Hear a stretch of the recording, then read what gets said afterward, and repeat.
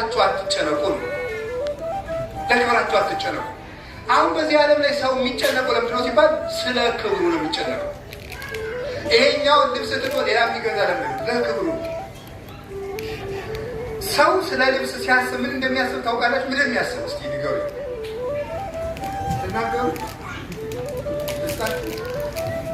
ሰው ስለ ልብስ ሲያስብ ምን እንደሚያስበው? ሰዎች ይሄንን ለብሼ ሲያዩ ስለ እኔ ምን ያስባሉ? በቃ እውነት አሰብ ሳቷች ተናገሩ። እውነት አሰብ እውነት አሰብ ሰዎች ስለ እኔ ምን ያስባሉ? እግር የሚገልጥ ከሆነ ሰዎች በዚህች ቀሚሴ እግሬን ሲያዩት ምን ያስባሉ? እውነቴን ነው እንዳትዋሽ። ይሄን ሱሪ ለብሼ ሲያዩ ሰዎች ምን ያስባሉ? ሰዎች ምን ያስባሉ ነው። አንድ የካረቢያን ቤተክርስቲያን አባል የሆነ በኢትዮጵያ ኦርቶዶክስ ተዋሕዶ ቤተክርስቲያን የተጠመቀ ጃማይካዊ የጻፈው አንድ ጽሑፍ አለና ምን ይላል? ወንዶች የሚፈልጉትን ለማወቅ ሴቶች የሚለብሱትን ተመልከት ይላል። እንጃ እኔም አልገባኝ። ምን ይሰጣቸዋል? ወንዶች የሚፈልጉትን ለማወቅ ሴቶች የሚለብሱትን ተመልከት ማለት ነው። ሲለብሱ ወንዶች ስለነሱ ምን እንደሚያስቡ እያሰቡ ነው የሚለብሱት ማለት ነው። ገባችሁ አይደለም? ምን እንደሚያስቡ እያሰቡ ነው የሚለብሱት። ስለምን ትጨነቃለህ ነው። አሁን በዚህ ሰዓት ሰው እየተጨነቀ ያለ ትዳር ሰላም እንዳይኖረው፣ ቤተ ክህነት ሰላም እንዳይኖረው፣ በሀገር ሰላም እንዳይኖራት ያደረገ የምንድን ነው? የክብር ጥያቄ ነው። ሁሉም ሰው ለክብሩ ይጨነቃል። ስለ ልብስ አትጨነቁ ማለት ልብስ መክበሪያ ነው። ስለ ክብራችሁ አትጨነቁ ማድረግ የፈለገው ጌታ እዚህ ውስጥ አንድን ልብስ፣ አንድን ሸሚዝ፣ አንድን ኮት አይደለም። አጠቃላይ ስለ ክብራችሁ አትጨነቁ፣ ስለ ራሳችሁ አትጨነቁ ነው። ስለ እኔ ሰዎች ምን ያስባሉ? ብዙ ሰው የሚጨነቀው ስለዚህ። አሁን ታውቃላችሁ እኔ እንዲህ ነኝ የሚል ዘር እየቆጠረ የጀመርነው ምንድን ነው? ክብር አይደለም? ነውን? አይደለም? በሉ ነገር እንጂ ኢትዮጵያ ውስጥ ሁሉም ሰው ዘሩን እየጠቀሰ የእኛ ዘር ነው ጀግናው። የአንተ ዘር ጀግና የሚሆነው የአንተ ዘር ምን ስለሆነ? ወርቅ ነው፣ ከሰማይ የወረደ ደም ነው ያለ፣ የአዳም ስጋ ነው ያለ።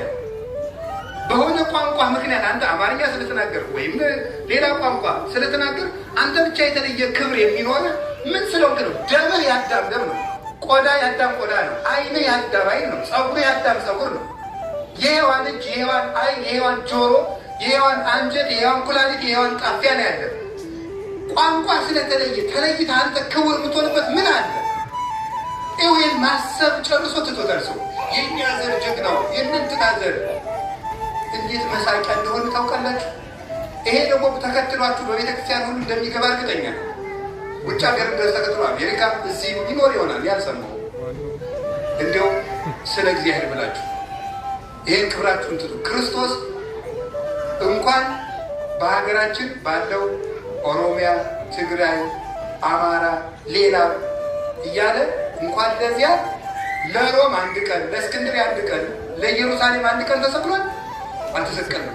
እስቲ ለእኔ ዘር ብቻ ክርስቶስ ተሰቅሎልኛል የሚል ሰው ከዚህ ካለ ይምጣ አለ? የለም ጨርሶ። ለምንድን ነው ለዘራችሁ ለክብራችሁ የምትጨነቁት? ክብራችን ሞገስነ ወክብርነ ቀርነ መድኃኒትነ ውእቱ ኢየሱስ ክርስቶስ። ሞገሳችን፣ ክብራችን፣ የደህንነታችን ቀንድ እርሱ ኢየሱስ ክርስቶስ። ሞገስና ክብራችን ክርስቶስ። ማርቆስ እዚህ እስክንድርያ ሀገሩ ነው እንዴ? እስኪ ነገሩ አለ? የለም፣ ሀገሩ አይደለም። እዚህ አጎት ነበረው? አክስት ነበረው? የለው። ቅዱስ ማርቆስን ሙቶ እንኳን ከ2000 ዓመት በኋላ አባታችን ማርቆስ እያል እንድናከብረው ያደረገ ክርስቶስ እንጂ ዘሩ አይደለም። በቅዱስ ማርቆስ ቦታ ተቀምጣችሁ እሱ ባልተወለደበት ሀገር በግብፅ ወንጌላዊ ማርቆስ ዘአንበሳ እየተባለ ከብሮ አልፎ ደግሞ የኢትዮጵያ አባት ሆኖ ደግሞ አሁን እዚያ ያለው የ50-60 ሚሊዮን ኦርቶዶክስ አባት ቅዱስ ማርቆስ ነው። ግብፅ ሲመጣ ግን አንድ ነጠላው ነው። እዚህ ምናልባትም 20% ክርስቲያኖች አካባቢ ካሉ የእነሱም አባት እሱ ነው። የመላው ኦርቶዶክስ ተዋሕዶ ቤተክርስቲያን ክርስቲያኖች ሁሉ አባት ነው። እሱ ግን አንድ ነው። ዘመኖቹን ብንቆጥር ግን 100 ይሞላሉ፣ 200 ይሞላሉ፣ አይሞሉ። እንዲህ አድርጎ ያስከበረው ማለት ነው። ሙቶ እንኳን ስሙ እንዲያበራ ያደረገው ምንድን ነው? ክርስትና እንጂ ዘር ክብር አይደለም። የምሬ ነው የምነግራችሁ። ሀገር ክብር አይደለም፣ ዘር ጎጥ ክብር አይደለም። እና ስለ ሕያው እግዚአብሔር ብላችሁ ይህንን ነገር ተው። ለክብራችሁ አትጨነቁ።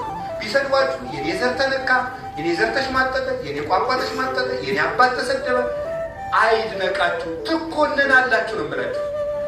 ትኮነናላችሁ። ቁርባኑ ዕዳ ነው የሚሆንባችሁ። ዘረኛ ሁናችሁ ብትቆርቡ፣ በዘር ብትከፋፈሉ ስጋው ደግሞ ዕዳ ነው የሚሆንባችሁ። ተናፈቀኝ ክርስቶስ።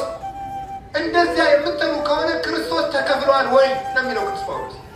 ክርስቶስ ተከፍሏል ወይ? አልተከፈለም። ቅዳሴ ስንጨርስ ምንድን ነው ሰምታችኋቸዋል? ቅድም ካህኑ ምንድን ነው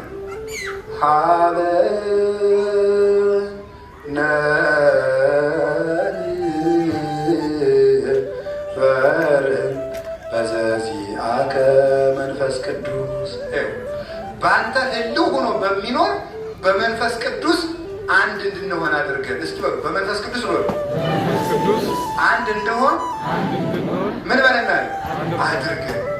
በመንፈስ ቅዱስ አንድ እንድንሆን አድርገን።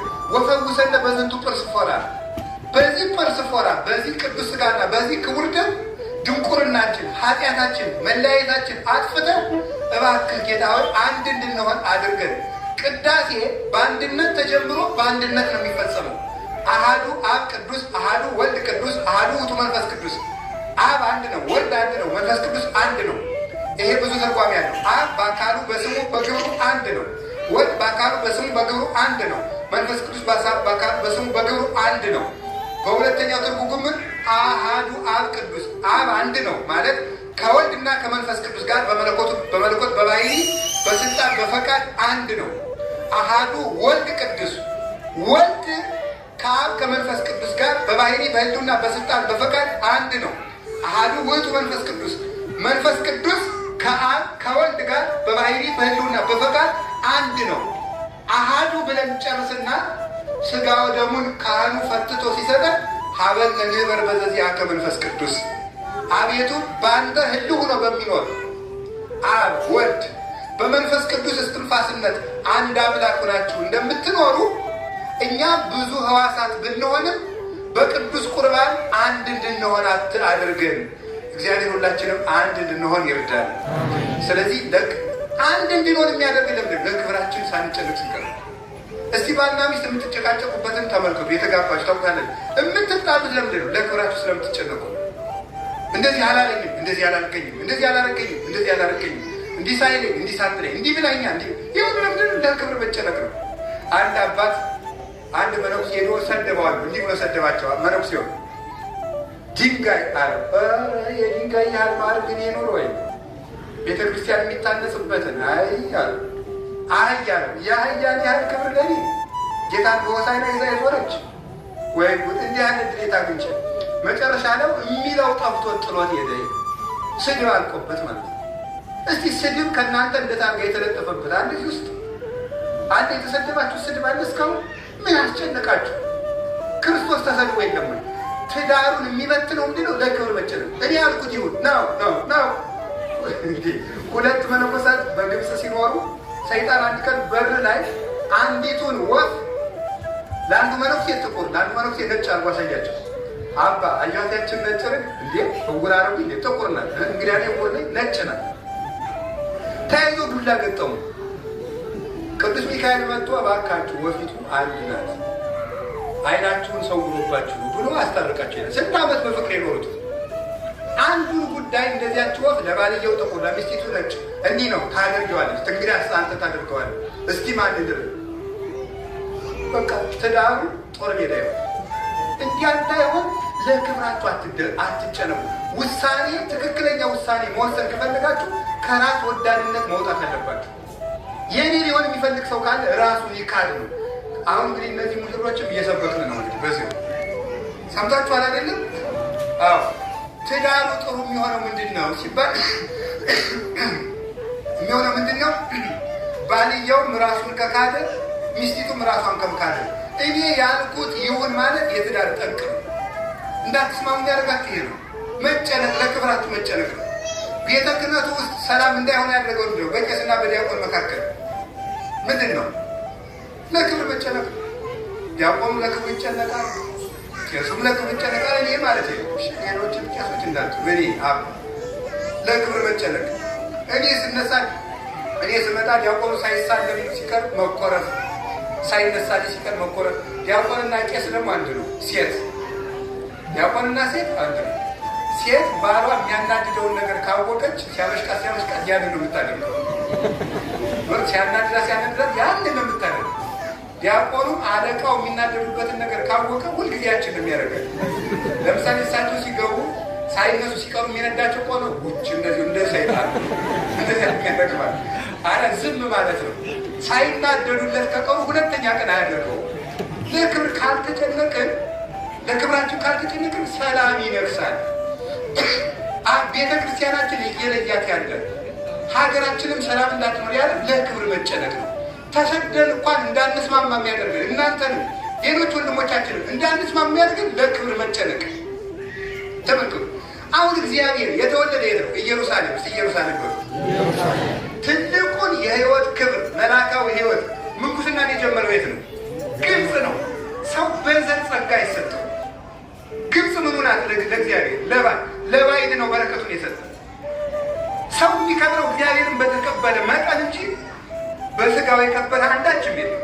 የስጋ ዘመዶቹ እንዳትጠቀሙ። ስለዚህ ስድብ ታገሱ። ለእኔ ሳይባል እኔ ሳልባል አትበሉ። አንድ አባ አጋቶንን ሂዶ አንዱ እንዲያለው ሌባው አጋቶን አንተ ነህ አለው። አዎ። ዘማዊ አጋቶን አንተ ነህ? አዎ። የማይረባ ነገር የምትናገረው አጋቶን አንተ ነህ? አዎ። መናፍቁ አጋቶን አንተ ነህ? አይደለሁም። ሁሉን አዎ ብለህ ለምን እምቢ አልክ አለው። ያኛው ይሄ ነፍሴን የሚጎዳ ነው፣ ከክርስቶስ የሚለየኝ ነው። ስድቡ ግን ከክርስቶስ አይለየኝ። አረ ማን ይሳቅም ይናገራል። ሰው ከባልንጀራው ስድብን ከታገሰ ክርስቶስን በዕለተ ዓርብ መስቀል እንዳገዘው ይቆጠርለታል። ስድብ ከታገሳችሁ ማለት እና ሰላም፣ ፍቅር፣ አንድነት እንዲኖረን እንደ እውነቴን ነው የምነግራችሁ፣ ለክብራችሁ አትጨነቁ። ከቃሉ ጋር ናችሁን? ከቃሉ ጋር ናችሁን? 4 ነው እናገር ያልኩኝ። 3ኛ ሙሽራን ማስነሳት በደል ነው በእውነቱ ማለት ነው። እሺ እግዚአብሔር ያክብርልን። 3ኛው ሰው የሚጨነቅበት በምንድን ነው ካላችሁ ለነገ ነው። እስኪ ለነገ በሉ። አዎ ነገ ለነገ ይጨነቃል ሰው። ነገ ጦርነት ቢሆን፣ ነገ እንዲህ ቢሆን፣ ነገ እንትና ቢመጡ፣ ነገ ድርቅ ቢሆን፣ ነገ ይላል ጌታ። ምን አለ? የተባሉ ለጌሰሩት መጌሰሩት ይሄን ይደርሳል። ነገ ለራሷ ታስባለች፣ ለነገ አትጨነቁ ብሎ ተነግሮ ነገ መከራ ሊመጣና ልናልቅ እንችላለን ብሎ መጨነቅ አይገባም። ለነገ ማቀድ አይገባም ግን አለ። ለነገ መስራት፣ ለነገ ማቀድ ይገባል። ለነገ መጨነቅ ግን አይገባም። አሁን ለምሳሌ ነገ ኒውክሊየር ሊፈነዳ ይችላል ብሎ መጨነቅ አይገባም። ያን እግዚአብሔር ያውቃል። የእኛን ድርሻ እንጂ የእግዚአብሔርን ድርሻ ልንጨነቅበት አይገባም። ኒውክሊየሩ ከፈነዳ ወይ ሰማዕት እንድንሆንበት ወይም ደግሞ እንዳይፈነዳ መጠበቅ የእግዚአብሔር ድርሻ ነው። የእኔ ድርሻ ባልሆነ ጉዳይ ላይ መጨነቅ የለብኝም። ለነገ አትጨነቁ። የነገውን ነገ ታስቡታላችሁ። የነገ እግዚአብሔር አለ። ነገ ደግሞ መከራ እንዳይመጣብን ከፈለግን ትናንት ዛሬ የትናንትና ልጅ እንደሆነ ነገ ደግሞ የዛሬ ልጅ ነው። ነገን የምትወልደው ዛሬ ናት። ዛሬ የሰራነው ነገር ነገን ያበላሻልን ያሳምራል። አባቶቻችን ትናንት የሰሩልን ቅዱስ አትናቴዎስ፣ ቅዱስ ቄርሎስ የሰሩልን ነገር፣ ቅዱስ ማርቆስ የሰራው ነገር ዛሬ አምሯል። ትናንት ያበላሸነው ነገርም ዛሬ እያሰቃየናል። ስለዚህ ነገ በሰላም እንድኖር ከፈለጋችሁ ዛሬን አታበላሹ። ቀናችሁን በአግባቡ ተጠቀሙበት። እውነቴ ነው። የነገ ህይወታችሁ ከዛሬ የሚወለድ እንጂ ከጭንቀት የሚወለድ አይደለም። ጸሎት ስትጸልዩ ለምሳሌ ሀሳባችሁ የሚበታተን ለምንድን ነው? ቆይ ወደፊት ምንድን ነው መሆኑ? ሌላ ያላገባው ለምሳሌ ያው 40 ዓመት ሞላ እስካሁን አላገባውም። ቆይ የኔ መጨረሻ ምንድን ነው? እግዚአብሔር ያውቃል። ምን አስጨነቀ? የዛሬውን ስሩ። ከቃል ጋር ናችሁ። በጊዜ ብታገቡ ጥሩ ነው፣ እውነት ነው። ካላገባችሁ ደግሞ ባል እናንተ አትቆርጡ፣ ሚስት እናንተ አታጣት። እንደገበላ አትፈቱ። የእግዚአብሔር ድርሻ ነው። ቆይ ባል የለኝም አልወለድኩም፣ ወይም ሚስት የለኝም አልወለድኩም፣ ምንድን ነው የሆነው ወደፊት? ምን አስጨነቃችሁ? ዛሬ ግን መስራት ያለባችሁን ግን እየሰራችሁ ነው ያለ። ማግባት ካለባችሁ እያገባችሁ፣ ማጨት ካለባችሁ እያጫችሁ። የተረፈው ነገር አትጨነቁበት። ዶግማችሁ አይደለም። ያላገባችሁ በግራ ቁሙ የሚል የለም። ሰምታችኋል? ያላገባችሁ ወደ ግራ የገባችሁ በቀኝ የሚል መጽሐፍ የለም። አትጠየቁ። ራሳችሁን ጠብቁ። የክርስቶስ ነው። መመንኮስም ማግባትም አያጸድቅም። የክርስቶስ መሆን የሚያጸድቅም ሲጠቀሙበት ነው ማለት ነው። በራሷ አያጸድቅም። እንዳያያዙ ነው። ስለዚህ ምን ልላችሁ ፈልጌ ነው፣ ነገ ምንድን ነው የምሆነው? ቆይ አሁን እዚህ 30 ዓመት 40 ዓመት ኑር ያለ ምናልባት እዚህም 3 ዓመት 4 ዓመት ኑራችሁ የመኖሪያ አካል ሌላችሁ ትኖራላችሁ። ምንድን ነው የምሆነው? እድሜም አለቀ እንግዲህ በከንቱ ወይ አሜሪካ ነው ወይ አውስትራሊያ ነው ወይ ወደ ሀገር ያልተመለስኩ የሚል ሰው ይኖራል። ነገን ተወው። ዛሬን ስራ ዘፈለ ዛሬን ስራ መማር ካለባችሁ ተማሩ። ገንዘብ ማጠራቀም ካለባችሁ አጠራቁ። መስራት ካለባችሁ ስሩ። ነገ ምን ይሆናል እግዚአብሔር ያውቃል። እስቲ እግዚአብሔር ያውቃል ነው። ነገ የኛ አይደለም። ነገን የሚያይልን አምላክ አለ። ነገን የሚያይልን ነገን የሚያይ እኛ አይደለም። ነገን እግዚአብሔር ያይልናል። እኛ የእሱ ድርሻ ነው። ሁሉን እኛ እናስባለን አናስብም። እያቀዳችሁ እየሰራችሁ ነገን ለእግዚአብሔር ተውት። ነገን ለእግዚአብሔር በርስቱ ነገን ለማን ተው? ለእግዚአብሔር። ዛሬም ብቻ ስሩ።